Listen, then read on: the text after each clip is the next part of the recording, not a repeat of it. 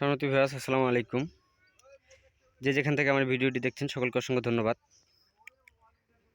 এর আগে আপনাদেরকে একটা ভিডিও দিয়েছিলাম, আমি ভিডিওটা অবশ্যই দেখছেন সবাই। আমার এই কালভারটি যখন উদ্বোধন করা হয় আর কি, তখনকার একটা ভিডিও দিয়েছিলাম।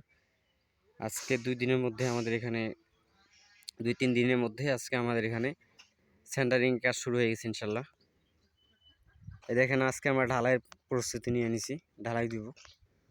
আর ওদিকে আমাদের এই যে রড সোজা করার কাজ চলতেছে, দেখতেই পাচ্ছেন মিস্ত্রিরা রড সোজা করতেছে। দেখেন রড কাটবে হচ্ছে। এদিকে আমাদের যে কালভারটা করা হয়েছে, এটা দৈর্ঘ্য প্রস্থ যে মাপ আছে, তো দৈর্ঘ্য হলো আমাদের 14 ফিট আর প্রস্থটা হচ্ছে আমাদের 5 ফিট 9 ইঞ্চি। তো যে দেখেন আমাদের ভিতরটা আমরা প্লাস্টার করে নেট ফিনিশিং দিয়েছি, আপনারা দেখতেই পাচ্ছেন। যেহেতু কালভার পানির বের হবে দিক দিয়ে, দেখতেই পাচ্ছেন আপনারা।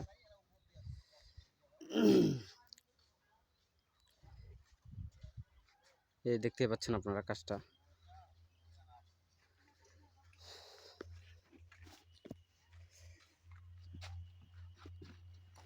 তো জায়গাটা অনেক নিরিবিলি জায়গা।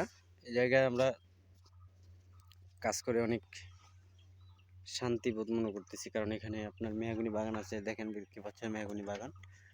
মেহগনি বাগানে কিন্তু প্রচণ্ড ঠান্ডা হয়। দেখতে পাচ্ছেন এদিকে নদীর ধার, এদিকে আমাদের পাশে নদী আছে, দেখতে পাচ্ছেন আপনারা। এই যে নদী আছে এখানে, এটাই নদী, দেখতে পাচ্ছেন।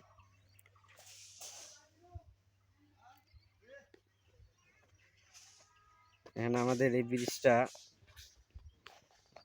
প্রথমেই চলে আসছে আমাদের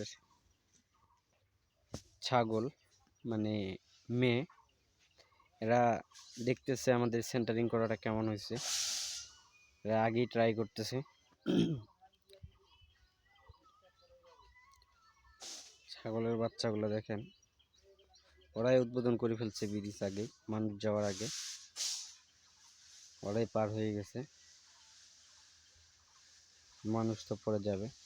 আর দেখতে পাচ্ছেন ওই যে টাওয়ার, এটা হলো আপনাদের, এই টাওয়ারটা হচ্ছে আপনার আমাদের যে দলুয়া কল স্টোর বলে, এই দলুয়া কল স্টোরের পাশে একটা টাওয়ার আছে।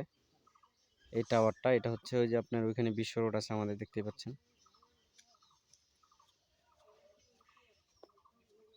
তো কাজটা কেমন হবে সবাই লাইক কমেন্ট শেয়ার করে কমেন্টে জানাবেন। আর লাইক কমেন্ট শেয়ার করে সকলকে ভিডিওটি দেখার জন্য প্রসেস করে দিবেন। সকলকে অসংখ্য ধন্যবাদ। সেই সুবাদে সকলের সুস্বাস্থ্য কামনা করে আমার এই ভিডিওটি এখানে শেষ করছি। আসসালামু আলাইকুম রহমতুল্লাহ।